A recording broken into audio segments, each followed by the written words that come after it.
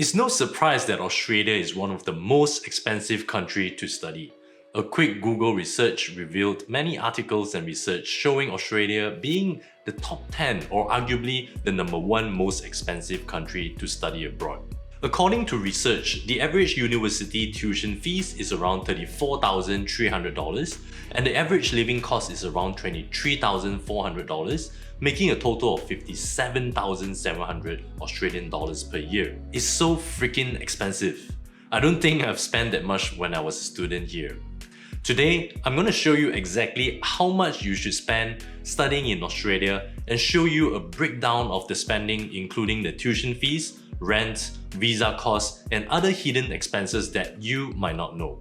Before we begin, I want to let you know that I am not a rich person. I don't have a trust fund or unlimited funding from my family. I had to pay for everything myself, so I had to be super frugal and careful on my spending so that I don't run out of money before I complete my study. I'll share all my secret tips and tricks on how you can save as much money as you possibly can, so be sure to like this video and subscribe to my channel. It means a lot to me. Firstly, let's talk about tuition fees.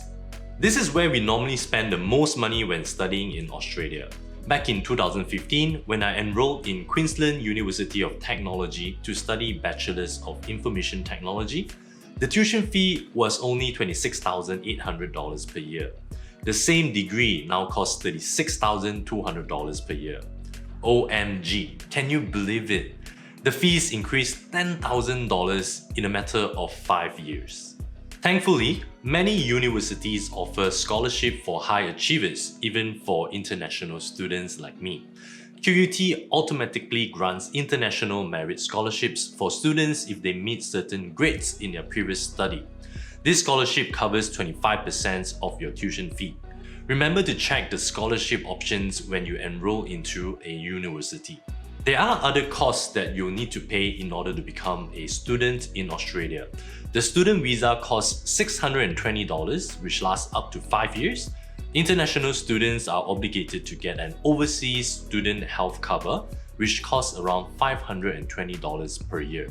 Now, rent is an area where you can maximize your savings. Many international students unknowingly stay in fancy student accommodation when they first arrive in Australia. These student living space cost between $300 to $500 per week. Don't be fooled by the fancy looking websites and pictures showing luxury living and lifestyle.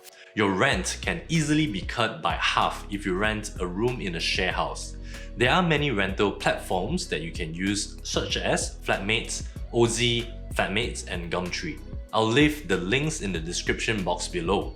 You will be able to find a decent furnished room with bills included for around $180 per week, which adds up to around $9,360 per year. You can thank me now by liking this video. Living expenses can get super expensive depending on your lifestyle. Eating out would set you back around $15 to $20 per meal. This is an area where I was able to save the most by being very frugal with my expenses. I would buy cheap groceries from the supermarket and prepare meals by myself. I was able to survive on $100 per week spent on food, which include the very rare occasion of eating out, adding up to $5,200 per year. Here are some very quick tips on buying food and groceries from the favorite supermarkets like Coles or Woolies. Number 1.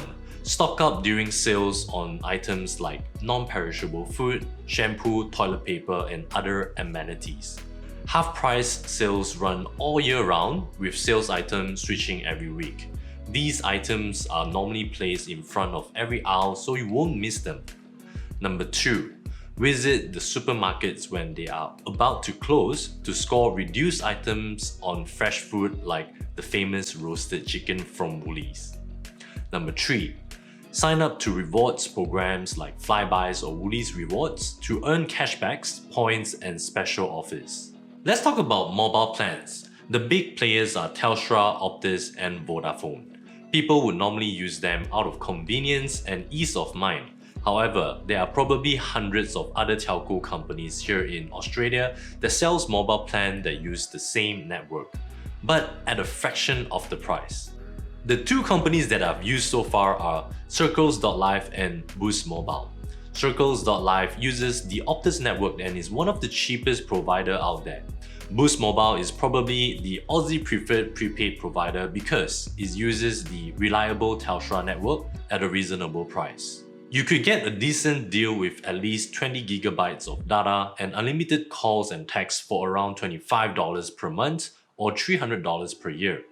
Students are able to get concession fares on public transportation like buses, trains, and trams all around Australia. Generally, concession fares are 50% cheaper.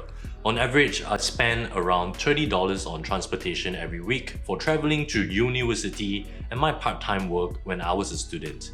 That's around $1,560 per year. And now, for the moment of truth. The total estimated spending based on my calculation is $53,760 per year. Having said that, the spending is really subjective depending on the factors like which university you choose, whether you get a scholarship, and also your lifestyle choices. If you're planning to study in Australia, knowing all this information before coming here would really help you out. Now, I've pretty much shared everything that I know based on my personal experience studying in Australia. If you find this video helpful, please like this video and subscribe to my channel. I'm trying to get to 10,000 subscribers by March 2021. If you're still here, you might be interested in this video that I've made about permanent residency application, where I talk about the points required to get an invitation. And that's all for today. Thank you and see you in the next one. Bye!